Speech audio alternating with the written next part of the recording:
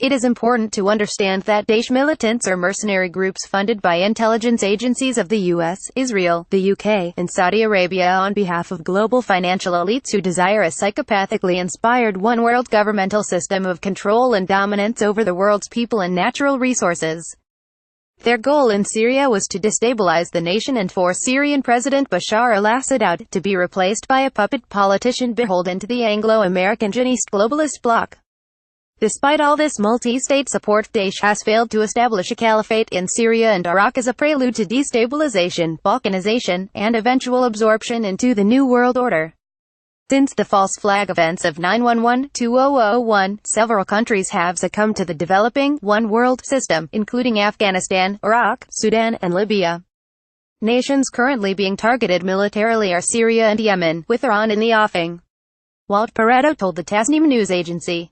Walt Pareto is an American writer, researcher, analyst, and socio-political psychologist. He is a regular contributor to Press TV and he writes for several news magazines. He is also working on a book that will introduce the groundwork for socio-political psychology, which is the study of the behaviors behind social systems and their interactions.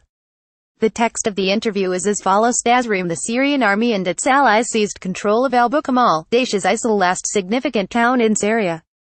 The army had declared victory over Daesh in Abu Kamal earlier this month, but the terrorists then staged a counterattack using sleeper cells hidden in the town.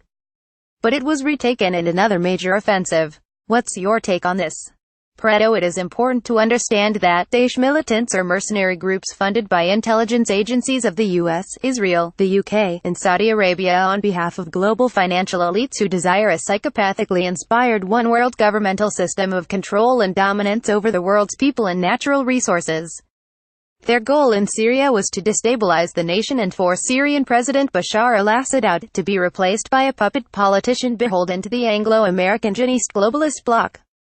Despite all this multi-state support, Daesh has failed to establish a caliphate in Syria and Iraq as a prelude to destabilization, balkanization, and eventual absorption into the New World Order.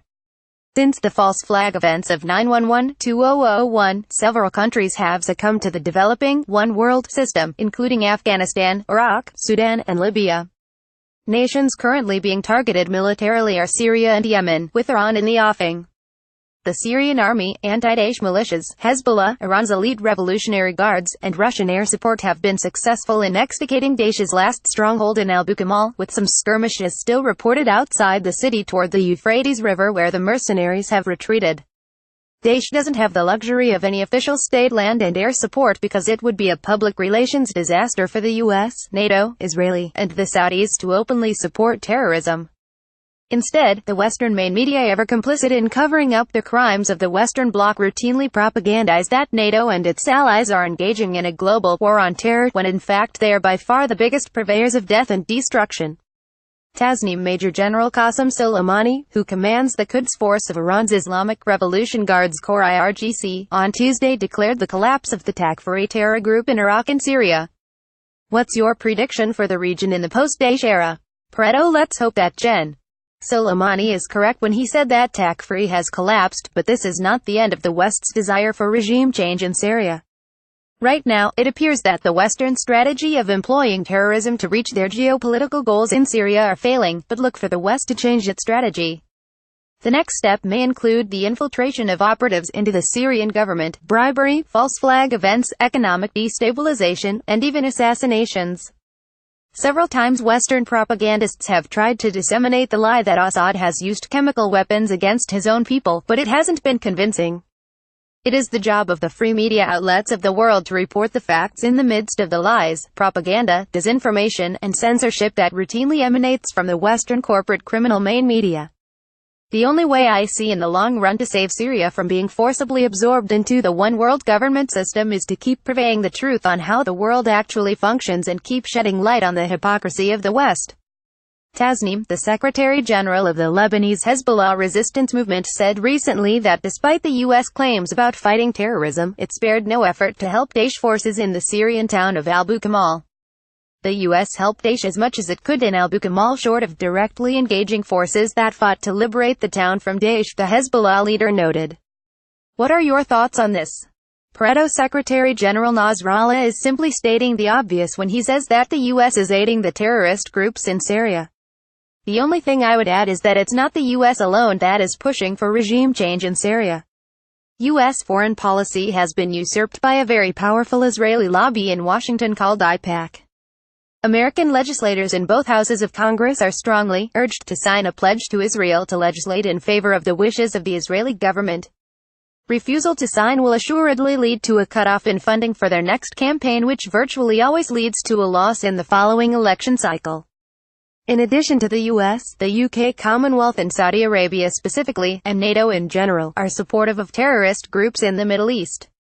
Of course, the Western main media is the propaganda and disinformation arm of the Western one-world government beast, so they keep disseminating a false scenario that the terrorist groups are solely a reflection of Muslim fundamentalist beliefs, and the West is engaged in a global conflict to eradicate this scourge on humanity, when in fact they are its lifeblood. Tasnim. Russian President Vladimir Putin hosted his Iranian and Turkish counterparts Hassan Rouhani and Recep Tayyip Erdogan on November 22 for summit talks on the ongoing conflict in Syria and other regional developments. It seems that all these have been arranged in advance and that an important decision has been taken by Russia, Iran, Turkey, Syria and Qatar. What do you think? Pareto. Syrian leader Assad recently met with President Putin and his top military brass to discuss their victory over Daesh. Assad thanked the Russians for helping to save his nation from splitting apart. On Wednesday, a summit hosted by Putin was attended by Turkish President Tayyip Erdogan and Iran's President Hassan Rouhani. They talked about the prospect of peace in Syria despite the fact that Turkey has backed the terrorist groups. Turkey seems to be playing both sides while being preoccupied by their Kurdish situation. I don't think they realize that if Syria falls to the West, one of the next steps would be a proposal by the West to create a Kurdish nation-state as part of a Balkanization plan in the region. The last thing the Turkish officials desire is a Kurdish state next door, which may include some territory currently within Turkish borders. Yet they still have been willing to aid the terrorists, probably to stay within good favor of the West. Right now Turkey is appearing to praise the ouster of Daesh from Syria, but their stance could easily change as things develop further in the region.